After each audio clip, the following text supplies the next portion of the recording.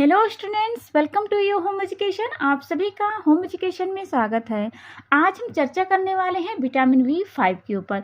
जैसा कि आपको पता है कि हम विटामिन के आधा पहुंच गए हैं, यानी कि जो विटामिन की फैमिली होती है उसको मैंने आधा कवर कर लिया, जिसमें हमने vitamin B1, vitamin B2, vitamin B3 हमने पढ़ लिया है। मैं उसका लिंक डिस्क्रिप्शन बॉक्स में डाल दूँगी, आप वहाँ से क्लास को देख लेना। क्योंकि जो विटामिन होते हैं इनकी जो फैमिली होती है लॉन्ग होती है, तो हमें एक ही क्लास में करके पढ़ना पड़ता है। देखो, आपके हेल्थ के लिए तो बहुत ज़्यादा फायदेमंद है ही है, लेकिन एग्ज़ाम में यहाँ से क्वेश्चन बहुत ज़्यादा आ जाते हैं। तो हेल्थ के साथ साथ ये एग्ज़ाम के लिए, यानी कि कोई एग्ज़ाम दे रहा है या फिर नहीं दे रहे हैं, तब भी अगर ये क्लास को पढ़ रहे हैं या क्लास को देख रहे हैं तो उनके लिए बहुत फ़ायदेमंद दिखाई देगा। तो आइए बात करते हैं विटामिन B5 के ऊपर। देखो, हम सभी जानते हैं कि हमारे शरीर के लिए सही तरीके से कार्य करने के लिए जो भी हमारी इन्वायरमेंट में पोषक तत्व होते हैं उनको हमें लेने की ज़रूरत होती है।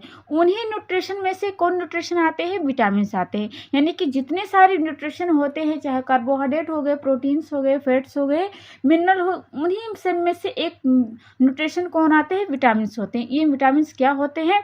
ये विटामिन हमारी जो डर्मेटाइटिस होती है, जो हमारी आंतरिक क्रियाएं होती हैं, उनको सुचारू रूप से कार्य करने में मदद करती हैं। देखो, ये विटामिन होते हैं ज़्यादा गौर करने वाले नहीं होते हैं, ठीक है।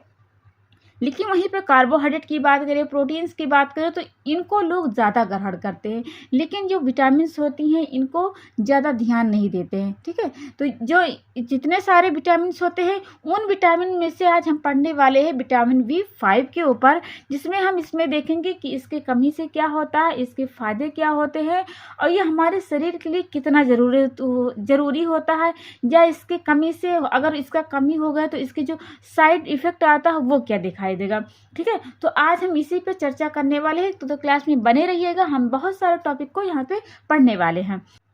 अब चलो आगे बात किया जाए कि देखते हैं इसमें क्या क्या टॉपिक हमें पढ़ना पड़ेगा। तो हमने जैसे पहले ही बता दिया है कि हमें रासायनिक नाम पहले पढ़ना पड़ता है। विटामिन B5 का रासायनिक नाम अगर आपसे पूछा जाए तो इसका रासायनिक नाम होता है पेंटाथोनिक एसिड होता है, ठीक है। पेंटाथोनिक एसिड होता है। अब हम आपको बता दें कि रासायनिक नाम क्यों हो जाता है। जब कोई भी विटामिन की खोज होती है ना, चाहे विटामिन की ना ले लिया जाए, अदर कोई भी चीज़ें होती हैं जो प्रकृति में होती हैं, जैसे कि मनुष्य ने अपने हाथों से नहीं बनाया है, वो प्रकृति के हाथों में बनाई हुई है, गॉड के हाथों से बनाई हुई है। तो उस चीज़ का पहले खोज होता है, जैसे कि जल को ले लिया जाए, चाहे शरीर को ले लिया जाए, चाहे जो जिस चीज़ को लिया जाए, कोशिकाएं हो गई, अमीबा हो गए, जो भी होती हैं, तो उनका खोज होता है। उनकी रासायनिक संगठन, यानी कि जैसे जल की बात किया जाए तो जल को जब रासायनिक संरचना देखें तो H2O होता है ना, तो उस पर क्या हुआ, उस पर जब रिसर्च किया गया, उस पर जब खोज किया गया, तो उसमें संगठन जो बन के, यानी कि कोई ऐसे तत्व एलिमेंट जुड़ जाते हैं जो उस तत्व को बन करके एक नाम दे दिया जाता है। जैसे कि जल की बात यहाँ हमने की तो H2O से क्या हो जाता है, यानी कि जब उसकी जल की जब रिसर्च यानी कि चेक किया गया, उसकी जब रासायनिक संगठन देखा गया तो क्या पाया गया? H2O पाए। तो उसके रासायनिक संरचना के आधार पर उसका नाम पड़ जाता। ऐसे ही जब कोई भी चीज़, जैसे विटामिन B5 की हम यहाँ पर बात कर रहे हैं, तो जब विटामिन B5 की जब खोज हो या फिर जब इसकी रिसर्च की गई, तो रिसर्च में उसके जो संगठन बनते हैं, तो संगठन के आधार पे ही उसका नाम बदल दिया, यानी कि उसका नाम रख दिया जाता है।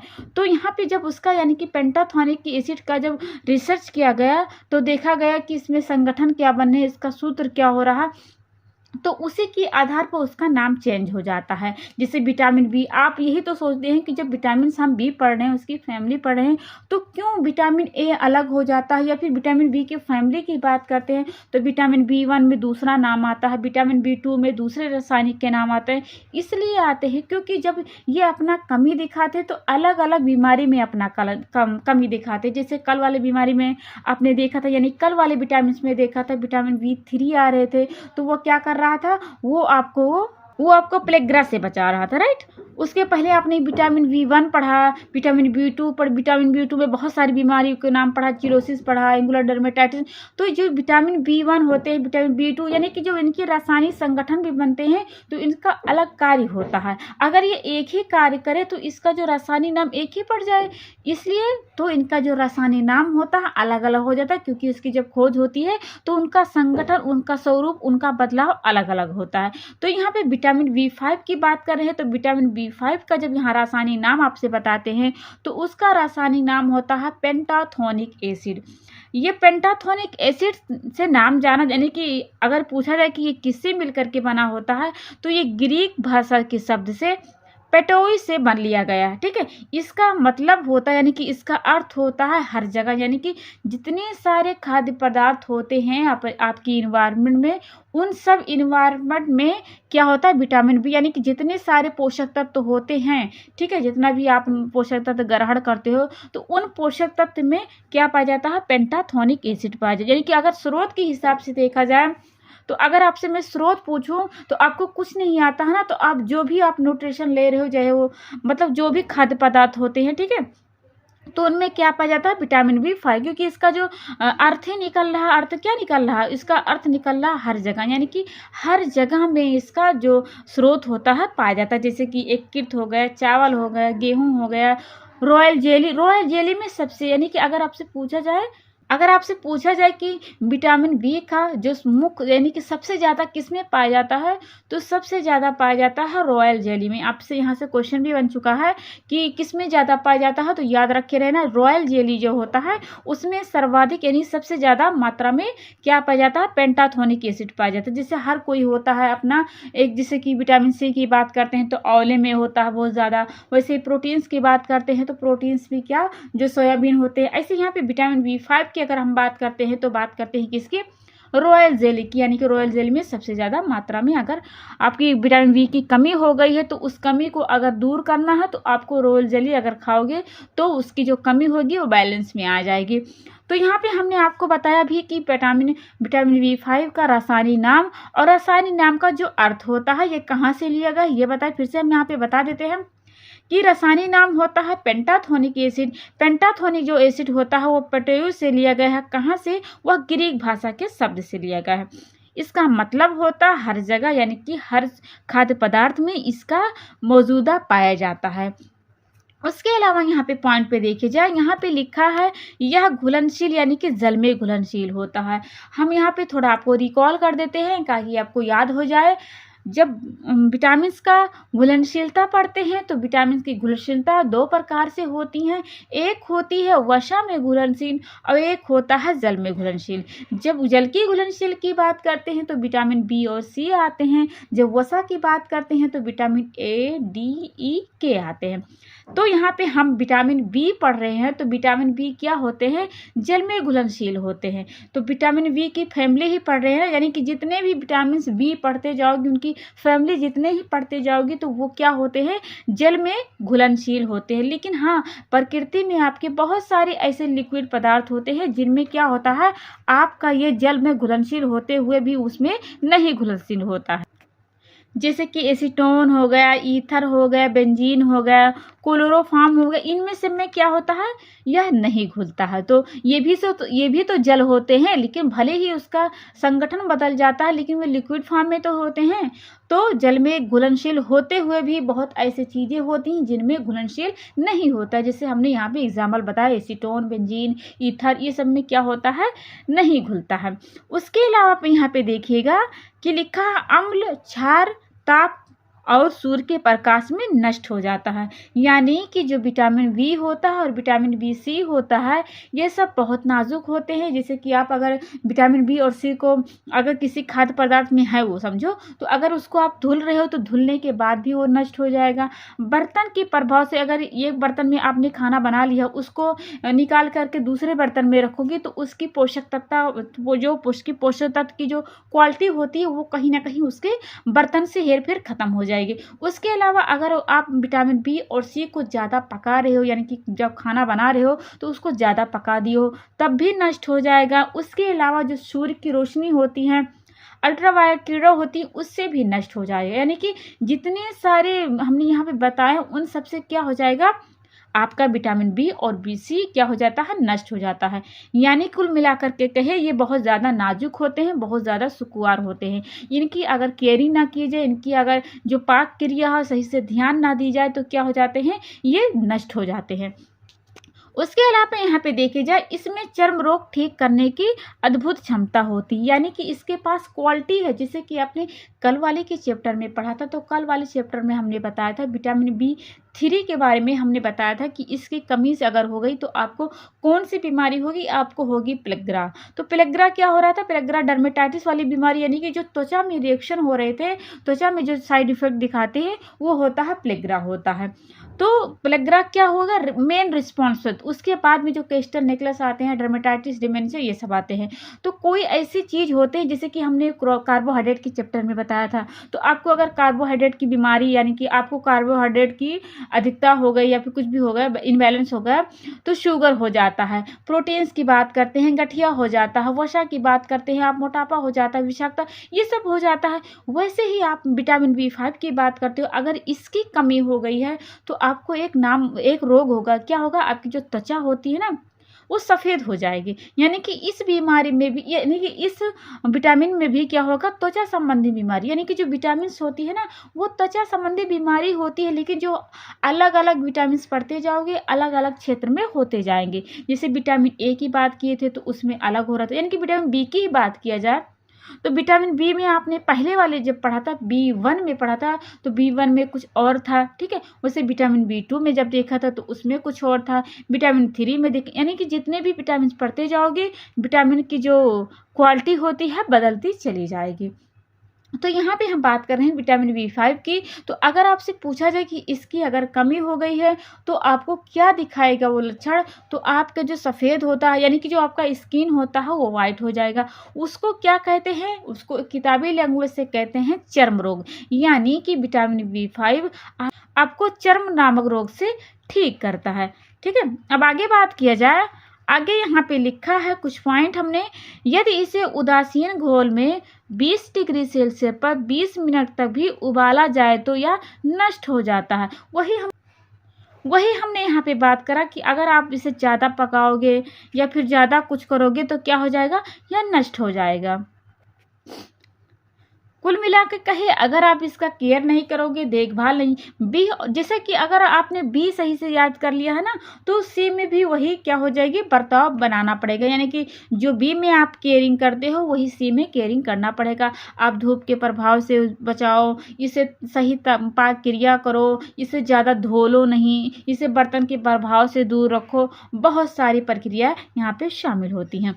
जैसे कि यहाँ पे है, यहाँ से भी क्वेश्चन बन चुका है, इसलिए हमने यहाँ पे लिखा है कि अगर उदासीन घोल में 20 डिग्री सेल्सियस पर अगर 20 मिनट तक कोई भी, मतलब कि विटामिन B5 का खाद्य पदार्थ, कोई भी स्रोत है, तो उसे आप पका रहे हो, बना रहे हो, खाना में उबाल रहे हो, तो वह नष्ट हो जाएगा।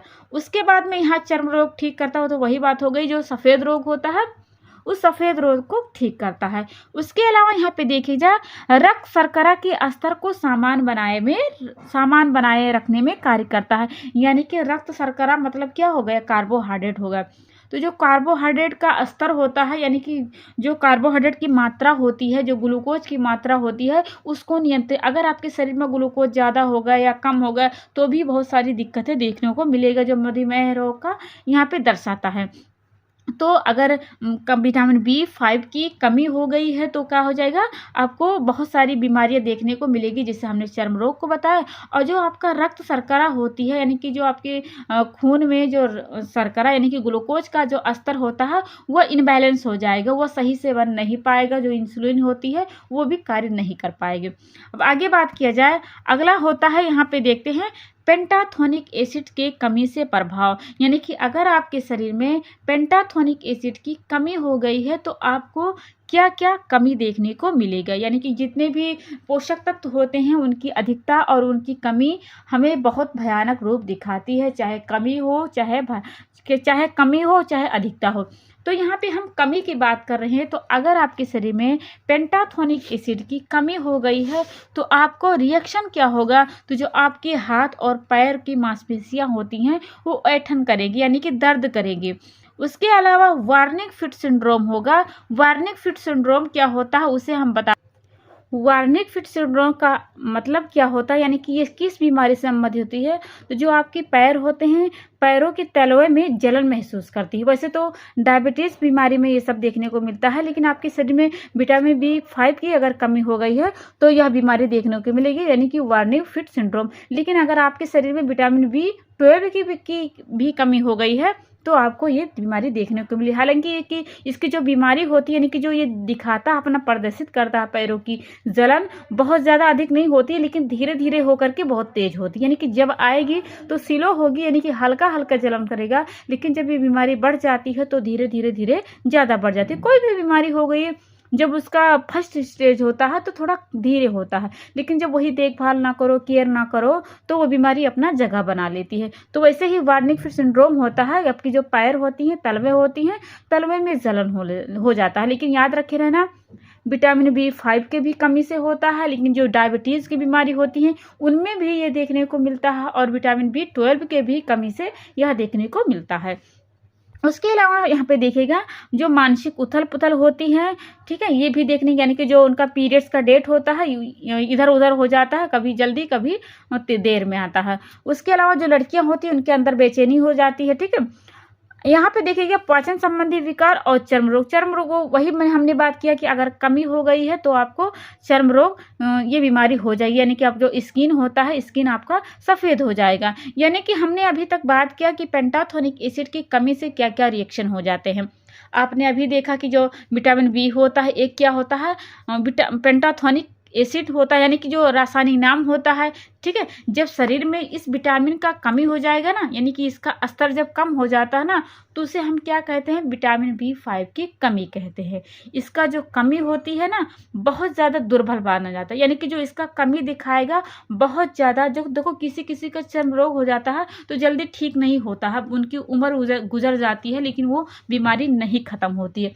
तो जब अगर इसकी बीमारी लग गई, यानी कि किसी स्किन सफ़ेद हो गया है, तो वह बीमारी जल्दी ठीक नहीं हो जाती, यानी कि एक प्रकार के क्या कहा जाए, काफ़ी दुर्लभ बताया जाता है ये बीमारी, ठीक है। यह अपना तो कार्य करता है, यानी कि शरीर के लिए अन्य विटामिन की तरह भी यह क्या करता है, जो भी विटामिन हमने अभी आगे बात किया नहीं था कि कौन एंजाइम विटामिन होते, तो ये अपना भी काम करता है, दूसरों का भी काम करता है, जिससे हमने अभी बताया कि यह रक्त शर्करा में बनाए रखता है। उसके अलावा जो फैट होते हैं, फैट में भी कार्य करता है, विटामिन में भी कार्य करता है, ठीक। अभी आगे बात करते हैं कि कार्य में क्या क्या देखने को मिलता है। यानी अभी तक हमने कमी में देखा कि हाथ पैर की मांसपेशियाँ आपकी ऐठन होती, वार्निक फिट सिंड्रोम हो जाएगा, जो मानसिक पीरियड्स होते हैं, यानी कि पीरियड्स का डेट इधर उधर हो जाएगा। उसके अलावा बेचैनी बने रहेगी, पाचन संबंधी विकार हो जाएगा, और चर्म रोग तो इसका मेन रीज़न है, यानी कि चर्म रोग तो इसका मेन बीमारी होता ही हो। तो आगे बात किया जाए कि इसके कमी को बढ़ रही है हमने, अब देखते हैं इसके कार्य के बारे में। तो कार्य में जब हम देखते हैं तो कार्य यहाँ पे लिखा है, त्वचा संबंधी बीमारी को ठीक करता है, इसलिए इसे एंटी डर्मेटाइटिस विटामिन भी कहा जाता है। यहाँ से भी क्वेश्चन बन चुका है कि एंटी डर्मेटाइटिस किसे कहते हैं, लेकिन आप तो याद किए हो कि विटामिन B2 भी क्या होता है, चिलोसिस होता है। विटामिन B3 में आपने देखा कि प्लेग्रा ये भी होता है, लेकिन किसी किसी चीज़ का एक नाम हो जाता है ना, जैसे कि अगर आपसे कहा जाए कि PPF किसे कहते हैं, तो PPF विटामिन B3 को कहते हैं ना। नियासिन किसे कहते हैं, विटामिन B3 को कहते हैं ना। तो ऐसे ही जब यहाँ पे पेंटाथोनिक एसिड की बात करते हैं तो इसे भी क्या कहते हैं, एंटी डर्मेटाइटिस। एंटी मतलब क्या होता है, विरोधी होता है, यानी कि आपको जो त्वचा संबंधी बीमारी होती नहीं है उसको ठीक करने में मदद करता है। तो डर्मेटाइटिस क्या होता है, त्वचा संबंधी बीमारी होती है। त्वचा संबंधी बीमारी हमने अभी क्या बात करा, हमने यही तो बात करा कि आपकी जो स्किन होती है वाइट हो जाती है, कहीं कहीं चकत्ते चकत्ते हो जाते हैं, जो क्या दर्शाता है, किताबी लैंग्वेज से चर्म रोग नामक बीमारी यहाँ पे दर्शाता है। तो पेंटाथोनिक में हमने क्या पढ़ा कि ये त्वचा को ठीक करने में मदद करता है, इसलिए इसे कहते हैं एंटी डर्मेटाइटिस विटामिन कहते हैं।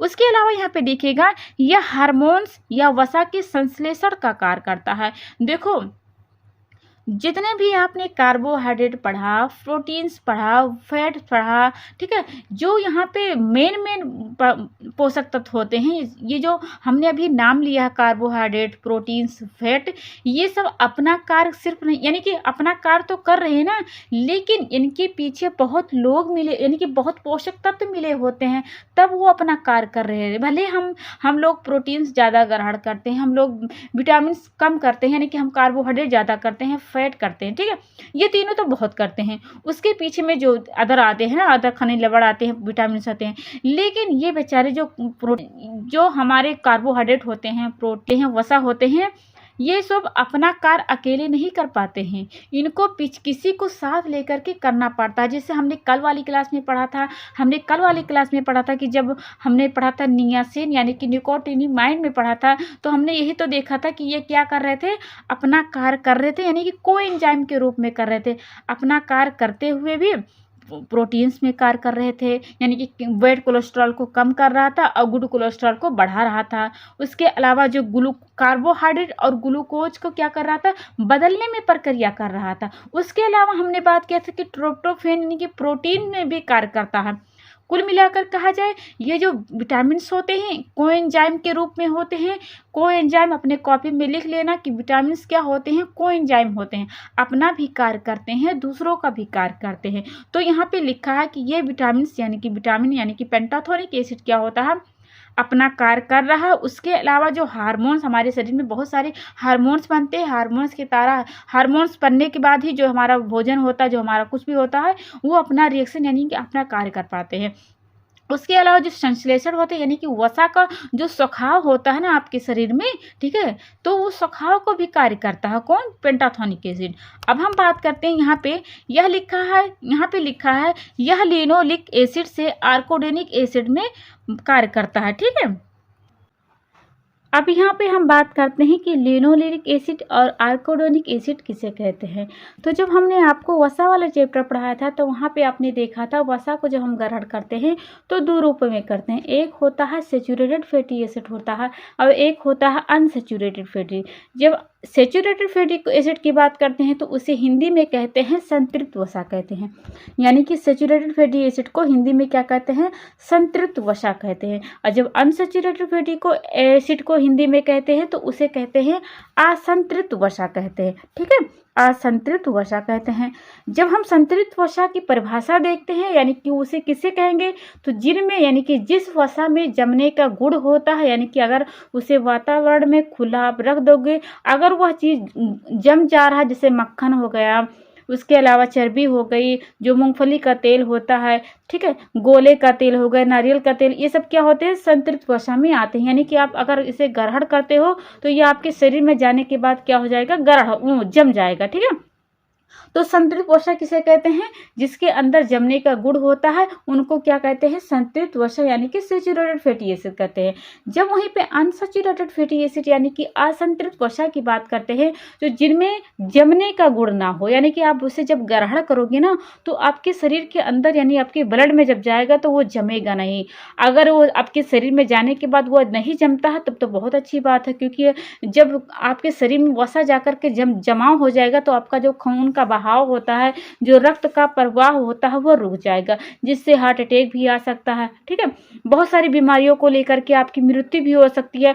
तो हमें यानी कि जो असंक्रमित बीमारी वाले होते हैं उनको क्या ग्रहण करना चाहिए, उनको ग्रहण करना चाहिए असंतृप्त वसा यानी कि अनसैचुरेटेड फैटी एसिड। अब यहाँ पे हमने सिर्फ संतृप्त वसा असंतृप्त वसा का परिभाषा बताया है। अब हम यहाँ पे बताते हैं कि लिनो एसिड और आर्किडोनिक किसे कहते हैं। तो जब असंतृप्त वसा में आप परिभाषा यानी कि असंतृप्त वसा को जब आप बांटते हो ना, तो ये भी दो प्रकार के होते हैं। एक होता है मोनो होता यानी कि मोनो अनसैचुरेटेड फैटी एसिड, यानी कि इसे शॉर्ट फॉर्म में क्या कहते हैं, मोफा कहते हैं। जब दूसरे की बात करते हैं तो उसे कहते हैं पॉली अनसैचुरेटेड फैटी एसिड, या फिर इसे शॉर्ट फॉर्म में क्या है, पूफा। तो यहाँ पे इसका रोल नहीं है, यानी कि मोफा का यहाँ रोल नहीं है, यहाँ पे है पूफा का रोल, यानी कि बहु असंतृप्त वसीय अम्ल, या फिर इसे कहे पॉली अनसैचुरेटेड फैटी एसिड कहते हैं, ठीक है। यानी कि यहाँ पे रोल किसका है, यहाँ पे रोल है पूफा कहा है, ठीक है। तो आर्केडोनिक और पूफा की यहाँ बात हो रही है, ठीक है। तो लिनोलेनिक क्या होता है, आर्कोडोनिक क्या होता है। तो जब मोफा यानी कि पूफा में जब आप पढ़ते हो, पूफा जब पढ़ते हो यानी कि पॉली अनसेचुरेटेड फैटी एसिड, इसमें भी दो प्रकार आते हैं, एक होता है ओमेगा 6 और एक होता है ओमेगा 3। तो ओमेगा 3 का यहाँ कोई रोल नहीं है, यहाँ पे है रोल ओमेगा 6 का रोल है। तो ओमेगा 6 में ही दो पाए जाते हैं पोषक तत्व, एक होता है लिनोलेनिक, एक होता है आर्कोडेनिक। कुल मिलाकर कहा जाए कि जब वसा का ग्रहण करते हो तो वसा का दो रूप में ग्रहण किया जाता है, एक किया जाता है संतृप्त वसा के रूप में और एक किया जाता है असंतृप्त वसा के रूप में।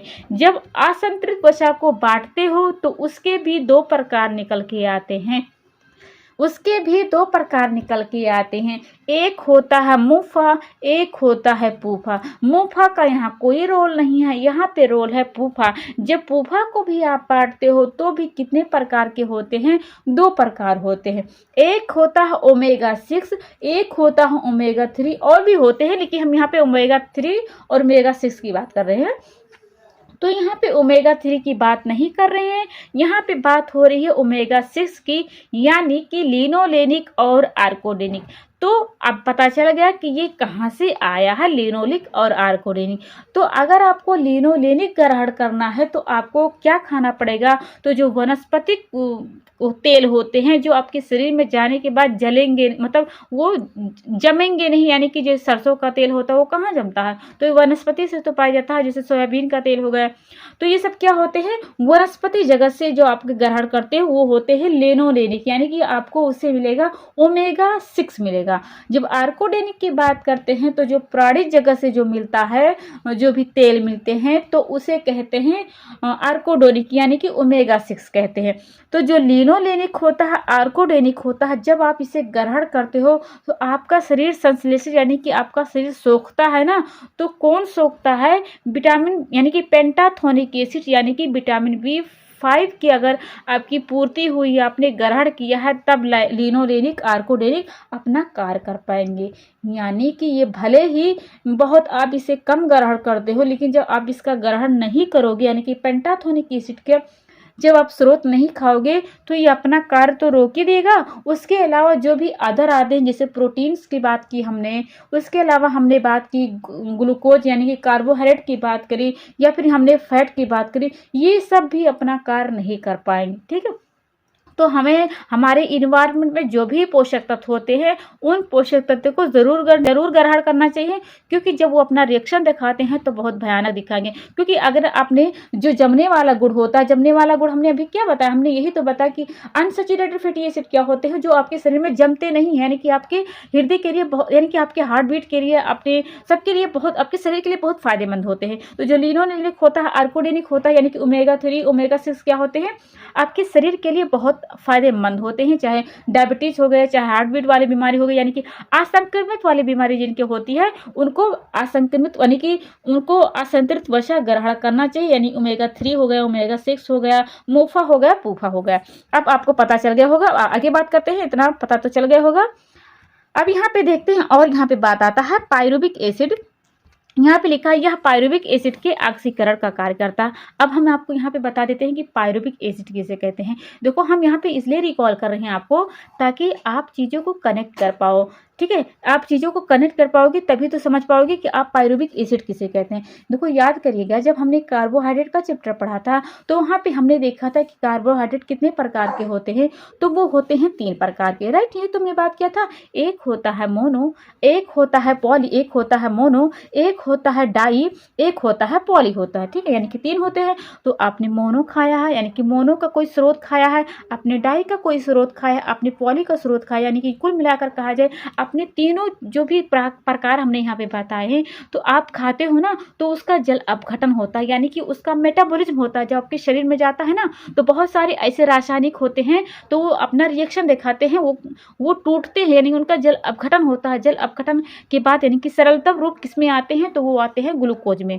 ठीक है। यानी कि आपने प्रोटीन्स में, यानी आपने कार्बोहाइड्रेट में कोई भी रूप खाया, मोनो खाया, पॉली खाया, डाई खाया, तो उन पे टूटता है, टूट करके किसमें आखिरी स्टेज बनता है, तो बनता है ग्लूकोज ग्लूकोज। ग्लूकोज से ही आपको क्या मिलता है, ऊर्जा की प्राप्ति होती है। लेकिन यहाँ पे याद रखे रहना, ग्लूकोज ही क्या करता है, आपको ऊर्जा नहीं देता है, उसको यानी कि ग्लूकोज को भी जलना पड़ता है। वो किस में जलता है, वो जलता है पायरुविक एसिड में। अब पता चल गया होगा कि पायरुविक एसिड किसे कहते हैं।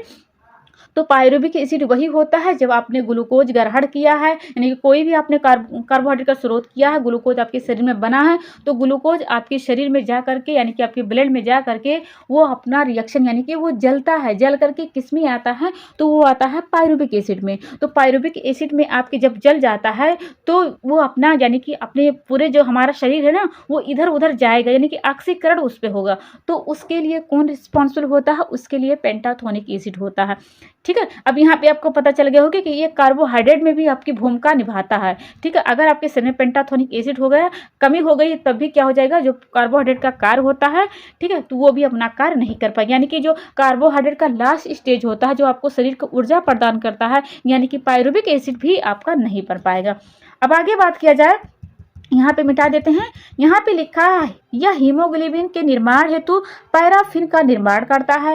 पैराफिन पॉलीसेकेराइड है जो एक चयापचयी पदार्थ है, यह एक बॉन्डिंग का कार्य करता है। ठीक है, यानी कि यह पैराफिन क्या होता है, यह पॉलीसेकेराइड होता है जो क्या होता है, जो आपके हीमोग्लोबिन यानी कि जो रक्त होता है, रक्त में हीमोग्लोबिन पाया जाता है, तो उसके निर्माण के लिए यानी कि आपके हीमोग्लोबिन बनाने के लिए कौन कार्य करता है, पैराफिन निर्माण करता है। लेकिन कौन पैराफिन बनाता है पेंटाथोनिक एसिड। आपके शरीर में पेंटाथोनिक एसिड की कमी हो गई है तो यह पैराफिन नहीं बना पाएगा। अगर यह पैराफिन नहीं बन रहा है तो आपका हीमोग्लोबिन नहीं बन पाएगा। यह पैराफिन क्या होता है, तो यह पैराफिन होता है एक पॉलीसेकेराइड का रूप होता है जो आपके शरीर को क्या करता है, चयापचय यानी कि मेटाबॉलिज्म में कार्य करता है। कुल मिलाकर कहा जाए ये एक बॉन्डिंग का काम करता है, यानी कि हीमोग्लोबिन को एक बॉन्डिंग करने का काम करता है कौन, पेंटाथोनिक एसिड। अब आगे बात किया जाए, अब यहाँ पे हमने देखा कमी हमने बहुत देखा। हमने देखा कि यह कैसे प्रोटीन्स में कार्य करता है, या कैसे वसा में कार्य करता है, लिनोलेनिक एसिड में, आर्कोडेनिक एसिड में। उसके अलावा हमने बात की कि पायरुविक एसिड में कार्य करता है। ठीक है, बहुत सारा हमने यहाँ पे देखा। उसके अलावा भी आप अगर लिखना चाहते हो कि अलावा भी अगर विटामिन B5 का अगर हम आपको और कार्य बताएं, तो जो हमारा फिजिकल से होता है, यानी कि फिजिकल डेवलपमेंट यानी कि शारीरिक वृद्धि में भी क्या होता है, सहायक होता है। या जो हमारा हार्मोन्स यानी कि हमारे शरीर में बहुत सारे हार्मोन्स बनते हैं, हार्मोन्स को भी नियंत्रण करता है, उनको संश्लेषण करने में मदद करता है। ठीक है, यानी कि जो हमने यहाँ पे बताया प्रोटीन हो गया, वसा हो गया, कार्बोहाइड्रेट होती, इनकी मेटाबॉलिज्म जो होती है उनको अत्यंत आवश्यक होता है कौन, पेंटाथोनिक एसिड। यानी कि ये जो त्वचा होती है, हमारी स्किन होती है, हमारी स्किन को भी ये क्या करता है, बैलेंस पाने यानी कि हमारी त्वचा को भी क्या करता है, ठीक करने में मदद करता है। जो हमारा ब्लड होता है, ब्लड में जो रक्त की शर्करा होती है, ठीक है, उनको बैलेंस करने में क्या करता है, मदद करता है। अब यहाँ पे बात करिएगा, यहाँ पे लिखा है स्रोत। ठीक है, यहाँ पे गलत हो गया है, यहाँ पे होगा विटामिन B5 होगा, विटामिन B3 हो गया। तो अब यहाँ पे बात करते हैं विटामिन B5 का स्रोत, यानी कि आपको कहाँ मिलता है ये इसकी प्राप्ति, यानी विटामिन B5 कहाँ से मिलता है। तो याद करिएगा, हमने जब पहले वाले स्लाइड में पढ़ा था तो हमने यही पढ़ा था कि पेंटाथोनिक क्या होता है, एक ग्रीक भाषा का शब्द होता है। ठीक है, जो ग्रीक भाषा यानी कि पेंटाथोनिक ग्रीक भाषा के शब्द कहाँ से लिया गया है, पुटियोस से लिया गया है, जिसका अर्थ क्या होता है, इसका अर्थ होता है कि एवरीवेयर, यानी कि प्रत्येक जगह, यानी कि सभी जगह। ठीक है, यानी कि जहाँ जिस भी खाद्य पदार्थ को खा रहे हो उसमें क्या हो जाता है, विटामिन B5 पाया जाता है। यानी कि जो भी आपके इन्वायरमेंट में प्रत्येक जगह मतलब क्या हो जाती है, इसकी जो स्रोत होती है वो पाई जाती है, लेकिन सामान्यतः इसकी कमी कहीं नहीं देखी जाती है।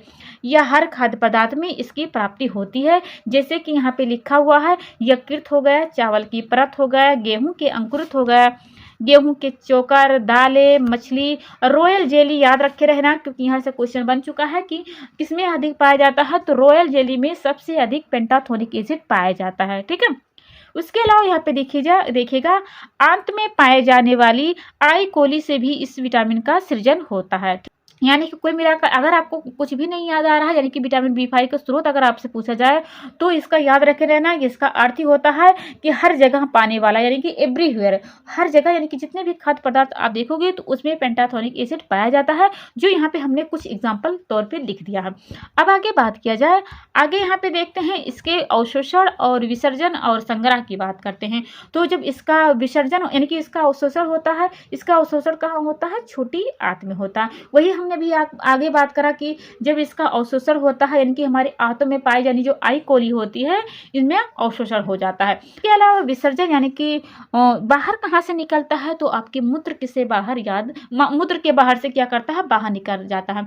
यानी कि जो भी आपने जल में घुलनशील विटामिन देखा, जैसे विटामिन बी और विटामिन विटामिन बी और विटामिन सी जो होते हैं, ये जल में घुलनशील होते हैं, या इसलिए ये क्या करते हैं, जल के साथ बह जाते हैं। तो जो वसा में घुलनशील होते हैं वो मल के रास्ते से बाहर निकलते हैं, और जब जो जल में घुलनशील होते हैं वो मूत्र के बाहर से निकल जाते हैं। लेकिन हाँ, ये भी याद रखे रहना कि जो जल में घुलनशील होते हैं तो वो स्टोर कहीं आपके ज़्यादा नहीं होंगे, वो मूत्र के बाहर से निकल जाएंगे।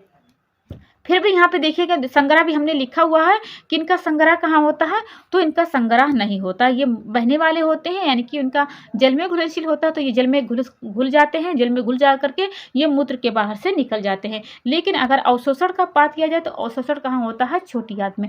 आज हमने विटामिन B5 के बारे में बहुत ज़्यादा संपूर्ण अध्ययन किया, जिसमें हमने देखा कि अगर आपके शरीर में विटामिन B5 की कमी हो गई है, यानी कि पेंटाथोनिक एसिड की कमी हो गई है, तो जो त्वचा रिलेटेड यानी कि एंटी डर्मेटाइटिस बीमारी से बचाता है, जिसे इसका नाम क्या दे दिया गया, एंटी डर्मेटाइटिस, यानी कि चर्म रोग को भी क्या करता है, ठीक करता है। उसके अलावा जो लो बीपी होती है, यानी कि जो हृदय की वाली बीमारी होती है, यानी कि हृदय गति को जो जिनमें पेंटाथोनिक एसिड कमी होगी, यानी पेंटाथोनिक एसिड नहीं है ना, तो लो बीपी बना रहेगा, हृदय गति कम देखने को मिलती है। उसके अलावा जो हीमोग्लोबिन होता है, हीमोग्लोबिन के निर्माण में भी क्या करता है, पैराफिन बनाने में यह मदद करता है। ठीक है, जो मांसपेशियां होती हैं वो क्या हो जाती हैं, ऐंठ जाती हैं। उसके अलावा यहाँ पे हमने एक बीमारी का नाम बताया था आपको, वार्निक फिट सिंड्रोम बताया था, जो क्या होती है, आपके तलवे से रिलेटेड होती है, यानी कि आपके तलवे में जलन होती है। कुल मिलाकर कहा जाए कि हमने यहाँ पे बात करा कमी के बारे में, कार्य के बारे में, और उसके बाद में प्रभाव के बारे में, अवशोषण के, विसर्जन के, बहुत सारी हमने यहाँ पे बात की। आशा करते हैं आपको हमारा ये क्लास पसंद में आया हो। अगर हमारा क्लास आपको अच्छा लगा हो, पसंद में आया हो, तो इसे लाइक और सब्सक्राइब करना ना भूलिएगा। कल मिलेंगे एक नया विटामिन की ओर, तब तक के लिए take care and bye bye.